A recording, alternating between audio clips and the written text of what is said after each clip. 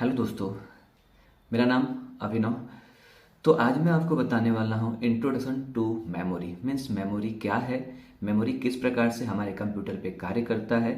तो इससे पहले मैंने आपको बताया था कंप्यूटर के बारे में और कंप्यूटर के हिस्ट्री के बारे में। तो दोस्तों, आज का टॉपिक है हमारा मेमोरी।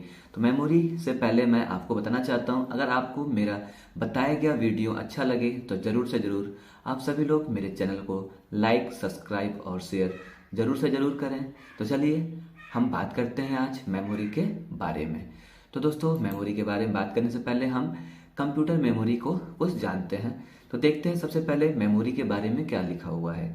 तो दोस्तों, यहाँ पे लिखा गया है कंप्यूटर मेमोरी एक प्रकार का डिवाइस होता है जिसका यूज़ करके हम अपने कंप्यूटर में डाटा और इंफॉर्मेशंस को स्टोर कर सकते हैं।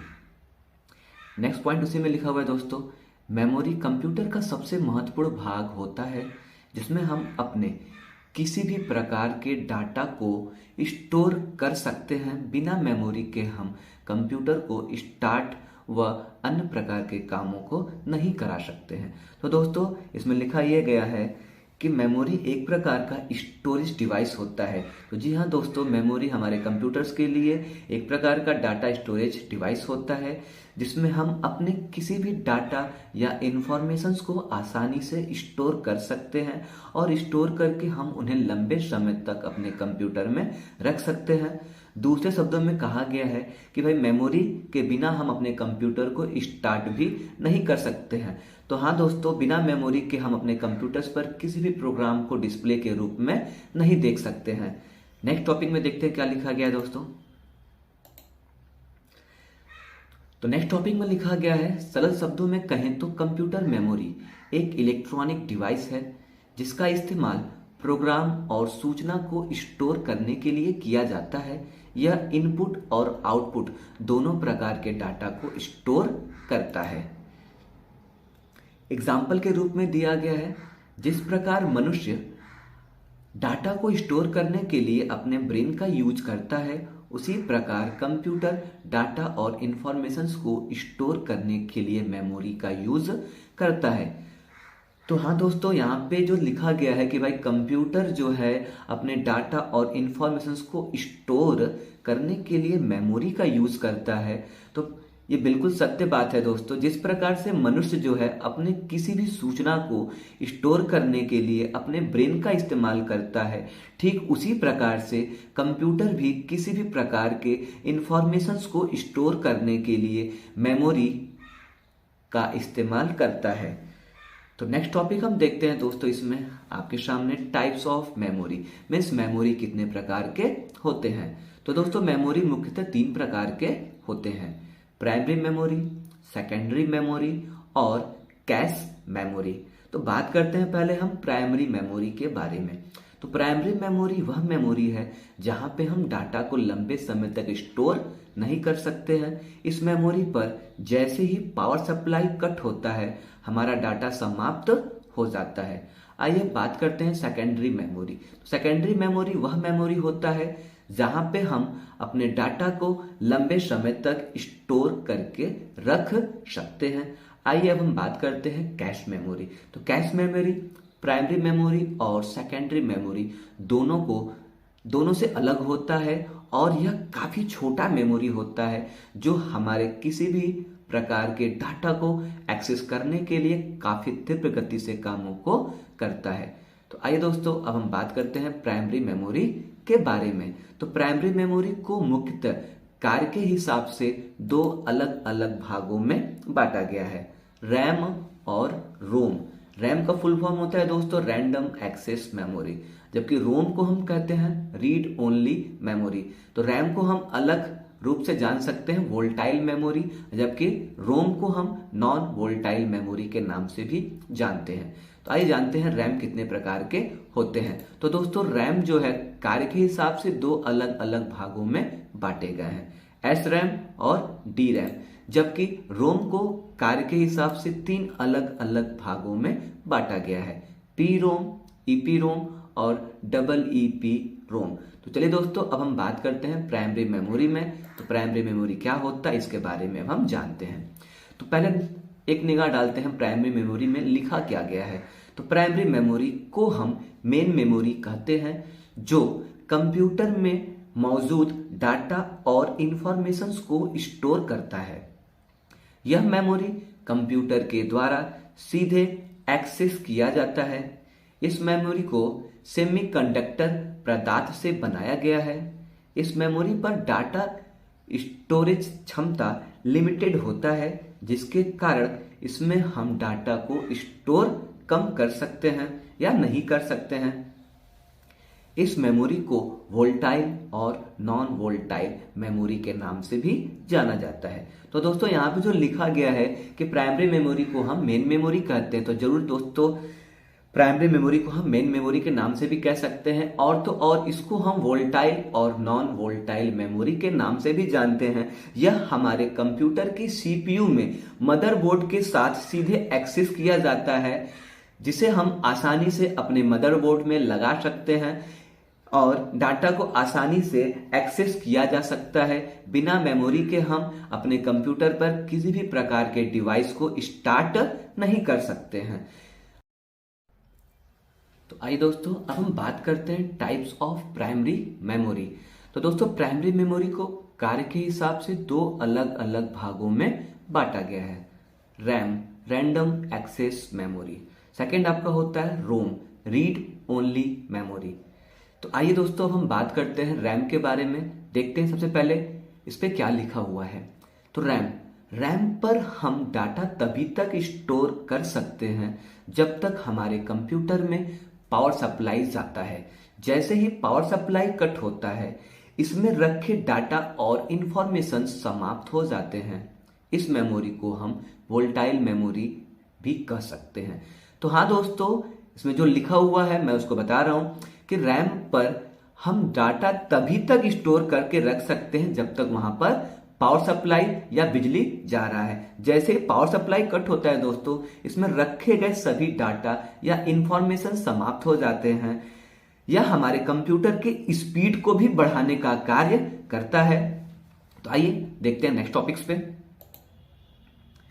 तो यहां पे लिखा गया दोस्तों, रैम में स्टोर डाटा को तेजी से एक्सेस करता है, जिसके कारण कंप्यूटर तेज गति से कार्य को करता है।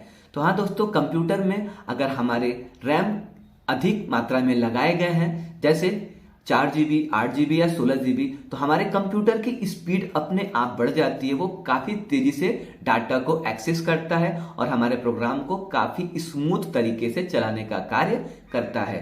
तो दोस्तों रैम को कार्य के हिसाब से दो अलग अलग भागों में बांटा गया है, एस रैम और D RAM, statical random access memory. दूसरा आपका होता है dynamic random access memory. Next topic हमारा है इसमें रोम, रीड ओनली मेमोरी। तो दोस्तों देखते हैं पहले इस पे क्या लिखा हुआ है। इस मेमोरी को हम नॉन वोल्टाइल मेमोरी के नाम से भी जानते हैं। इस मेमोरी पर डाटा को हमेशा के लिए स्टोर करके रख सकते हैं। इस मेमोरी पर पावर कट या कंप्यूटर बंद होने के बाद भी डाटा स्टोर रहता है, लेकिन रैम पे ऐसा नहीं होता है। तो हाँ दोस्तों, मैंने आपको बताया कि रैम जो है हमें अपने किसी भी प्रोग्राम या फाइल को स्टोर करके रखने के लिए इस्तेमाल किया जाता है। यह हमारे कंप्यूटर्स पर तैयार किए गए प्रोग्राम या फाइल को स्टोर करके लंबे समय तक रखता है। इसमें रखे गए डाटा कंप्यूटर अगर बंद भी हो जाता है तो भी लॉस नहीं होता है। तो आइए अब हम बात करते हैं रैम के प्रकार के बारे में दोस्तों। तो रोम को कार्य के हिसाब से 3 अलग अलग भागों में बांटा गया है, पी रोम, ईपी रोम, डबल ईपी रोम। तो दोस्तों पी रोम को हम बोलते हैं प्रोग्रामेबल रीड ओनली मेमोरी, जबकि ईपी रोम को इरेजिबल पी रोम। थर्ड आपका होता है डबल ईपी रोम, तो इलेक्ट्रिकल इरेजिबल पी रोम के नाम से उसको हम जानते हैं। तो आइए अब बात करते हैं पी रोम। तो पी रोम में लिखा हुआ है दोस्तों, इसमें डाटा एक बार स्टोर करने के बाद मिटाया नहीं जा सकता और न ही परिवर्तन किया जा सकता है। तो हाँ दोस्तों, पी रोम मीन्स किसी भी प्रोग्राम को केवल एक ही बार इसमें स्टोर किया जा सकता है, उसमें कोई बदलाव नहीं किया जा सकता है, उसे बोलते हैं पी रोम। आइए हम बात करते हैं ईपी रोम। तो ईपी रोम यह मेमोरी पी रोम की तरह होता है, लेकिन इसमें डाटा स्टोर प्रोग्राम को पराबैंगनी रे के द्वारा मिटाया जा सकता है और नए प्रोग्राम को स्टोर किया जा सकता है। तो दोस्तों, पी रोम में हम किसी भी प्रकार से डाटा को स्टोर कर दिए हैं तो उसको मिटा नहीं सकते हैं, जबकि ईपी रोम में हम आसानी से डाटा को मिटा सकते हैं, जिसे मिटाने के लिए हमें पराबैंगनी किरणें के द्वारा डाटा को मिटाया जाता है। नेक्स्ट टॉपिक आपका है डबल ई पी रोम। यह मेमोरी भी पी रोम की तरह कार्य करता है या होता है। इसमें भी डाटा को एक ही बार स्टोर किया जा सकता है। यह एक प्रकार का नई तकनीकी का पी रोम होता है, जिसे इलेक्ट्रिकल वे के द्वारा मिटाया जा सकता है। तो हाँ दोस्तों, डबल ई पी रोम में डाटा को एक बार स्टोर किया जा सकता है, लेकिन इसे इलेक्ट्रॉनिकल सर्किट के द्वारा मिटाकर नए प्रकार के डाटा को आसानी से भरा जा सकता है। नेक्स्ट टॉपिक हमारा है सेकेंडरी मेमोरी। तो आइए हम बात करते हैं सेकेंडरी मेमोरी के बारे में। तो देखते हैं पहले सेकेंडरी मेमोरी पे क्या लिखा हुआ है। तो दोस्तों, यह मेमोरी नॉन वोलेटाइल मेमोरी के नाम से जाना जाता है। इसमें हम कंप्यूटर में अलग से जोड़ते हैं। इसमें हम अपने किसी भी प्रकार के डाटा को स्टोर करने के लिए यूज करते हैं। इसमें रखे गए डाटा लंबे समय तक स्टोर रहते हैं। इसमें हम अपने वीडियो, इमेज, ऑडियो फाइल को स्टोर करके रख सकते हैं। तो हाँ दोस्तों, सेकेंडरी मेमोरी में हम अपने डाटा को लंबे समय तक रख सकते हैं स्टोर करके। जब उन्हें जरूरत पड़े दोबारा ओपन करके देख भी सकते हैं, और उनमें अगर कोई बदलाव करना है तो हम बदलाव भी कर सकते हैं। यह हमारे किसी भी प्रोग्राम या फाइल को लंबे समय तक स्टोर करता है और उन्हें जब चाहे तब इस्तेमाल किया जा सकता है। देखते हैं नेक्स्ट टॉपिक्स। अब यहां पे लिखा हुआ है दोस्तों, इस मेमोरी को हम एक्सटर्नल मेमोरी या सहायक मेमोरी भी कहते हैं, क्योंकि इसमें स्टोर डाटा को एक कंप्यूटर से दूसरे कंप्यूटर पर आसानी से स्टोर करा सकते हैं। एग्जाम्पल के रूप में सेकेंडरी मेमोरी के कुछ लोकप्रिय डिवाइस ये हैं दोस्तों: hard disk, flash drive, CD, DVD, memory card, pen drive, etc.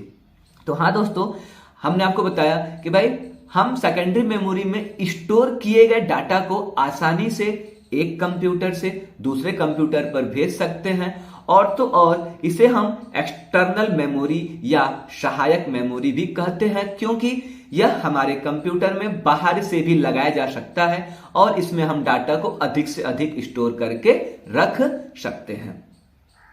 Secondary memory के एग्जांपल आपके सामने दिखाई दे रहे हैं दोस्तों: hard disc, floppy disk, CD, DVD और पेन ड्राइव।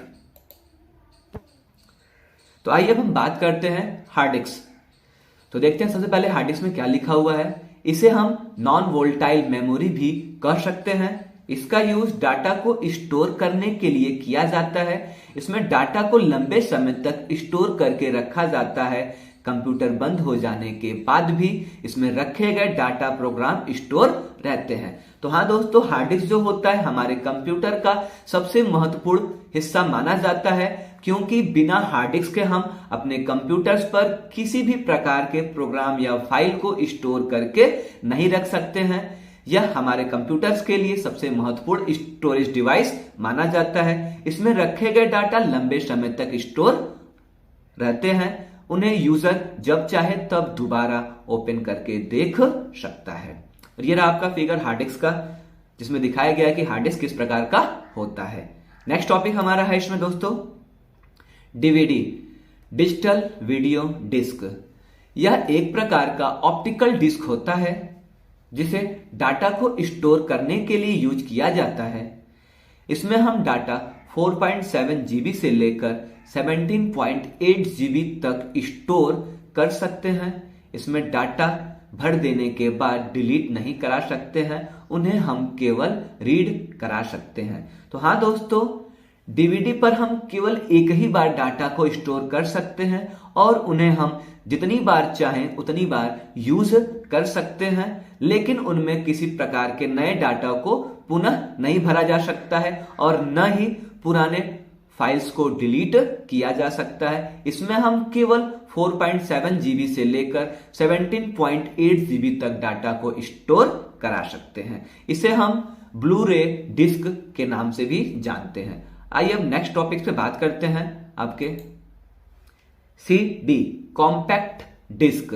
तो देखते हैं पहले इसमें क्या लिखा हुआ है। तो इसमें हम डाटा को केवल एक बार भर सकते हैं और उसके बाद केवल उन्हें यूज कर सकते हैं। इसमें डाटा केवल 700 MB तक स्टोर करा सकते हैं। इसे हम येलो रे डिस्क के नाम से भी जानते हैं। तो हाँ दोस्तों, यह डीवीडी से छोटा डिवाइस था जिसमें हम केवल और केवल 700 MB तक डाटा स्टोर करा सकते थे और इसे हम येलो रे डिस्क के नाम से भी जानते थे। एग्जाम्पल के रूप में आपके सामने सीडी का इमेज आपको दिखाई दे रहा है, जिसे हम येलो रे डिस्क कहते हैं क्योंकि इसमें आधे से ज्यादा हिस्सा येलो कलर से दिखाई देता था। नेक्स्ट टॉपिक हमारा है दोस्तों अब मेमोरी कार्ड।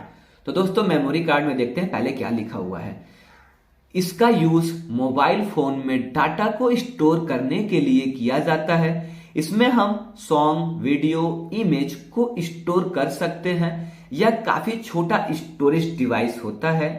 इसमें हम 1 जीबी से लेकर 256 जीबी तक डाटा स्टोर कर सकते हैं। इसमें स्टोर डाटा को यूजर जब चाहे तब डिलीट कर सकता है और नए डाटा को स्टोर करा सकता है।